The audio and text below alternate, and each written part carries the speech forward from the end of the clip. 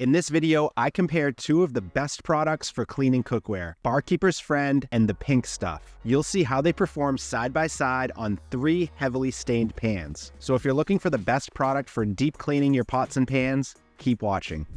For the first test, I grabbed one of the most discolored stainless steel pans in my kitchen. As you can see, there's a brown film across the bottom. I use this pan almost daily and haven't scrubbed it in months, so the staining was baked into the steel. First, I placed a thin strip of tape down the middle to make it easy to see the difference between the two cleaners. Then, I applied the Pink Stuff paste to the left side with a paper towel and began scrubbing with a Scotch-Brite sponge. This product has a pleasant, fruity fragrance, and because it comes as a paste, it adheres to the pan and doesn't drip. Almost immediately, the discoloration began to vanish. As the water in the sponge dripped off to the sides, so did the stains. It took about 2 minutes to completely clean the left half of the pan. Before applying the Barkeeper's Friend, I wet the pan so it would stick. Unlike the Pink Stuff paste that went on smooth, Barkeeper's Friend powder was clumped up in the can and made a slight mess as I shook it. After sprinkling a generous amount and rubbing it in with a wet paper towel to create a paste, I waited about a minute and began scrubbing.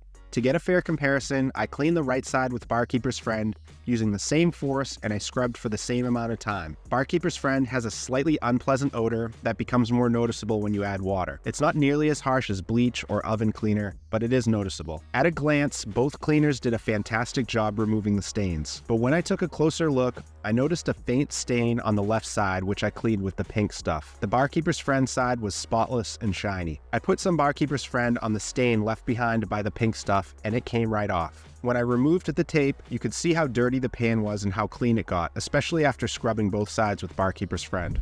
I repeated this test with another pan to see if the results differed. The stains on this pan were older and even more baked in, so I scrubbed both sides for 3 minutes. On both sides, I used the same amount of force.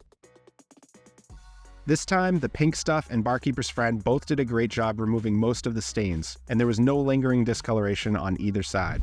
For the final test, I attempted to clean one of my go-to pans. This pan has a steel induction plate on the bottom that had turned almost black from so much baked-in oil and grime. Both cleaners removed the initial layer of grime, but if you look closely, the right side, which I cleaned with Barkeeper's Friend, is cleaner with less discoloration. Both failed to eliminate the deepest, most stubborn stains within 3 minutes. I might have been able to remove the remaining stains with 3 to 5 additional minutes of scrubbing, but frankly, I was getting tired. Plus, I wanted to demonstrate the results of a typical cleaning session. Most people don't want to or physically cannot scrub for over 3 minutes without taking a break.